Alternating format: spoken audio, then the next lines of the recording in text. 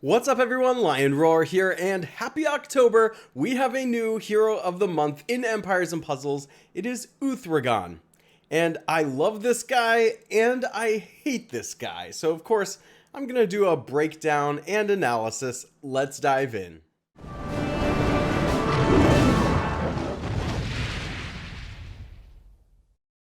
But first, download Bloodline Heroes of Lithis, a mobile RPG action fighting game where you can marry your champions to create new and unique hybrids. Use the link in the description to start with some free stuff, including golden diamonds. See you hopefully soon.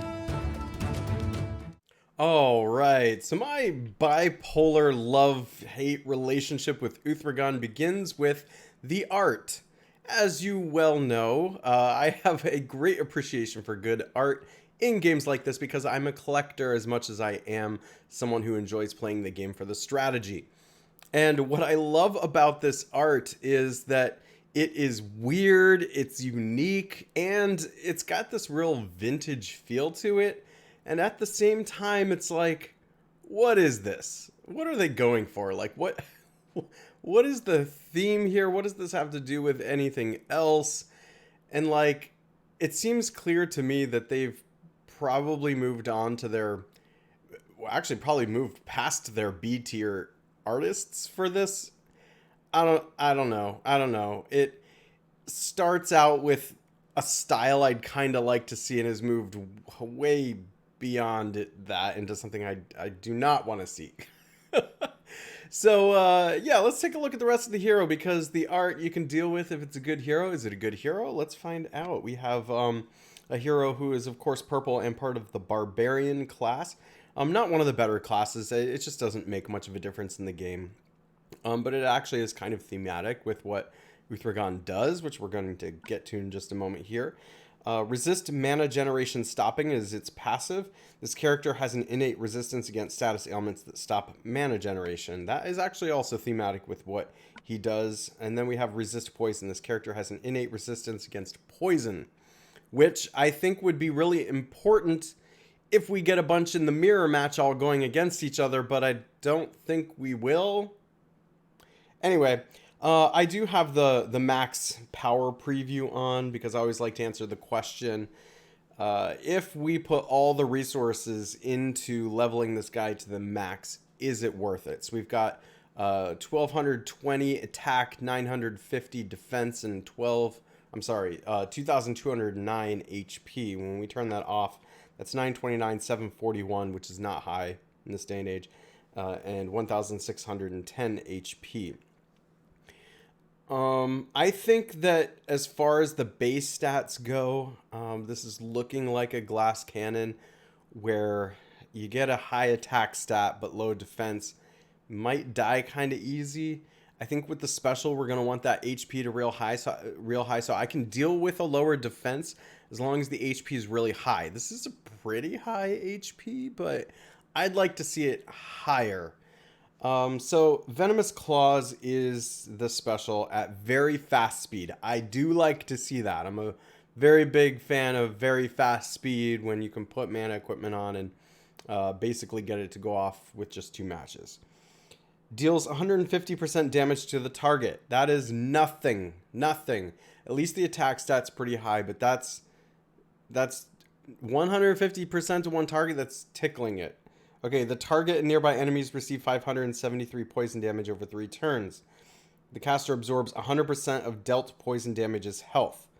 Now, dealing poison damage to 3 opposing heroes instead of just the damage to 1 is better, but if you watch my videos before, you know again how I feel about these targets and nearby enemies. It's often not hitting them, and especially not when you put a hero like this on your own defense where the AI is sometimes dumb and chooses like to hit one of the end heroes, like target one of the end heroes, and then you're only ever dealing damage to 2 through the poison, and poison damage over time. Not great when it can be cleansed, when you'd prefer to just be faster in dealing the damage right away. And then, of course, as with all the heroes of the month, we get this elemental link, gives 10% mana generation to all dark allies for 4 turns. The effect can't be dispelled. So, of course, that's incentivizing you to go on the attack with him, bring him on offense where everybody gets that. And that mana generation is always a powerful type of effect. Of course, you only get it if you have all purple, or mostly purple. So what do I love? I love what he's trying to do. I do like some direct damage there. Wish it were a lot higher. In fact, I think in this day and age, for a single target type of hero, you really just, you gotta go all the way with it. You gotta just make it a sniper and then have the effect. Like, I'd like to see this be more like 480, 500, 520% damage to the target and this poison damage on the sides to be a respectable hero. I'd like to see more poison damage. By the way, I turned the max power preview back on, so with it off, that's 573 poison, but it goes up to 753 poison. Still not great for a target hero and nearby enemies. Not in this day and age. However, I do like what it's doing. The damage it's dealing, it's sucking life from the opponents, so it is healing itself. And this is where I can kind of stomach a lower defense as long as the HP is really, really high. Because I like to see a hero that could potentially just keep itself alive, and while it's dealing damage, it's just churning through an opponent's HP and keeping alive. That could be potentially very powerful type of special ability here, but I unfortunately just think all the numbers, every single one of the numbers on this guy are too low.